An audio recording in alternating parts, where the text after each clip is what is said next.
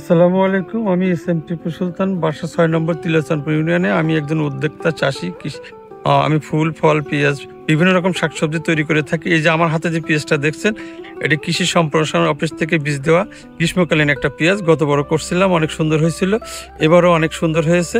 তো এই কৃষি সম্প্রসারণের সহযোগিতায়, কৃষি অফিসের সহযোগিতায় আমি এই পরপর ২ বছর পেঁয়াজ করছি। ধন্যবাদ কৃষি অফিসকে আমাকে সহযোগিতা করার জন্য, এবং এটা অনেক লাভজনক একটা চাষ।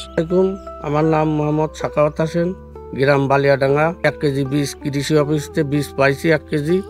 ড্রাগনের মধ্যে লাগাইছি, লাগিয়ে ভালোই হয়েছে। ঝিনাইদহ জেলার কালীগঞ্জ উপজেলা কৃষিতে অত্যন্ত সমৃদ্ধ একটি উপজেলা। এই উপজেলায় বিভিন্ন উচ্চমূল্যের ফসল চাষ হয়। আমরা এবছর কৃষি প্রণোদনা কর্মসূচির আওতায় উপজেলার ৭০০ জন কৃষককে গ্রীষ্মকালীন পেঁয়াজ প্রণোদনা বিতরণ করেছিলাম। আমাদের উপজেলায় পেঁয়াজ প্রণোদনার সফল বাস্তবায়ন হয়েছে। আমাদের উদ্যোক্তা কৃষক জনাব টিপু সুলতান, উনি গ্রীষ্মকালীন পেঁয়াজের চারা তৈরি করে তারপরে রোপণ করেছেন। আমরা ইতিমধ্যে মাঠে এসে আমাদের পরামর্শ প্রদান করেছি। আমরা দেখছি যে ইতিমধ্যে খুব বড় বড় ভালো পেঁয়াজ হয়েছে। তো এই যে এখন বাজারে বেশ দাম, আমাদের ফলনও বেশ ভালো হয়েছে। আমরা আশা করছি যে আমাদের উদ্যোক্তা কৃষক বেশ লাভবান হবে।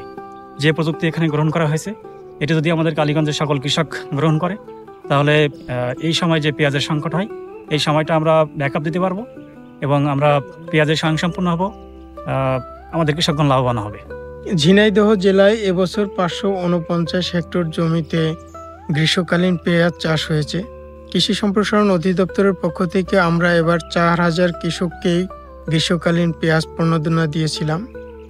৫ থেকে ৬টি পেঁয়াজে ১ কেজি হয়ে যাচ্ছে এবং এবার বাজার মূল্য ভালো হয়। কৃষক খুব ভালো। প্রথম দিকে এ পেঁয়াজ লাভজনক হওয়ায় গ্রীষ্মকালীন পেঁয়াজের আবাদও কৃষকের কাছে মাঝে বৃদ্ধি পাবে।